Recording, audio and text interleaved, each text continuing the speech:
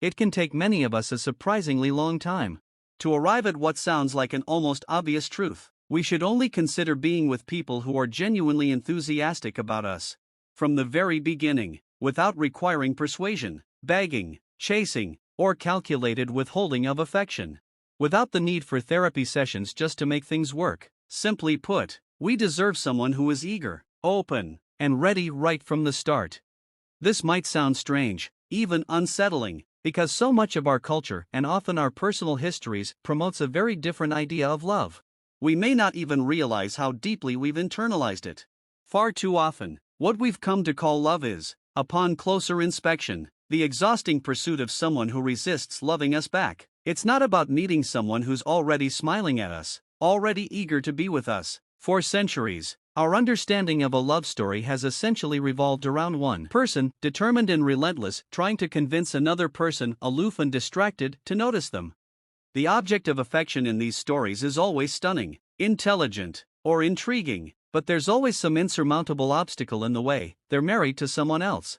They've given their life to religion, or they're too guarded to admit they need love at all. A plot, as literature defines it, is the long, drawn-out account of all the hurdles and complications that must be overcome so that, just before the story ends, the two can finally come together, exchange vows, and declare love. What we often mistake for love is really just the dramatic depiction of all the obstacles blocking it. There's also a deeply personal side to these stories of longing. Many of us grew up learning about love through our parents or caregivers, who may have been just as inconsistent, distracted, or emotionally unavailable as any romantic hero in literature. These caregivers might not have seemed particularly impressed by us. They may have been distant, emotionally closed off, depressed, addicted, or even preoccupied with someone else, perhaps a sibling or a new partner. From this, we develop the belief that real love is defined by a lack of fulfillment, by delays, rejections, and the feeling of never quite being good enough. Our early experiences often taught us that love means desperately hoping that someone we adore will one day turn to us, finally realizing that, despite our flaws, we're worth loving. This painful narrative can carry forward into adulthood, quietly shaping how we date and choose partners. When we meet someone who casually says they like us but won't be free to see us for another month, we don't necessarily see a problem. If someone tells us they're weighing us against 3 other potential partners or a career opportunity overseas, we take it in stride.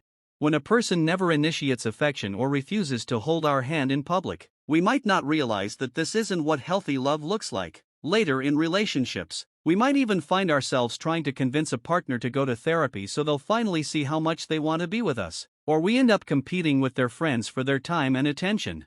At some point, though, we need a wake-up call. Life with a partner is challenging enough. There are finances, children, intimacy, and friendship to balance. The very least we should expect is that the person we choose to share this life with begins the journey with as much conviction as we do.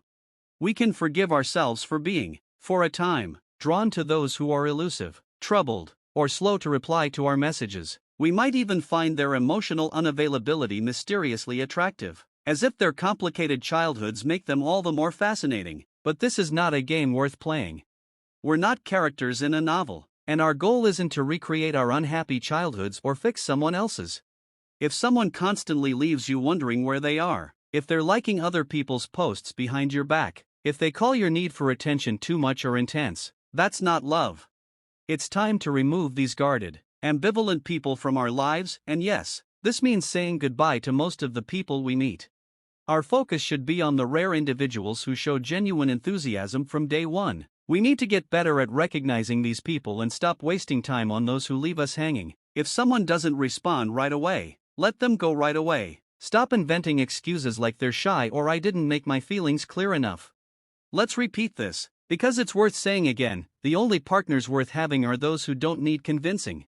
The ones who like us openly and wholeheartedly. The ones who never make us wonder when they'll call or how they feel. The ones whose love flows freely, so that our energy can be spent on life's real challenges, building a home, managing stress, nurturing intimacy. Yes, others might be fascinating, attractive, or seem like they'll come around after a few years and a spiritual awakening in India. They might even make for great late-night debates or inspire a dramatic film. But ultimately, they're just a waste of our precious time.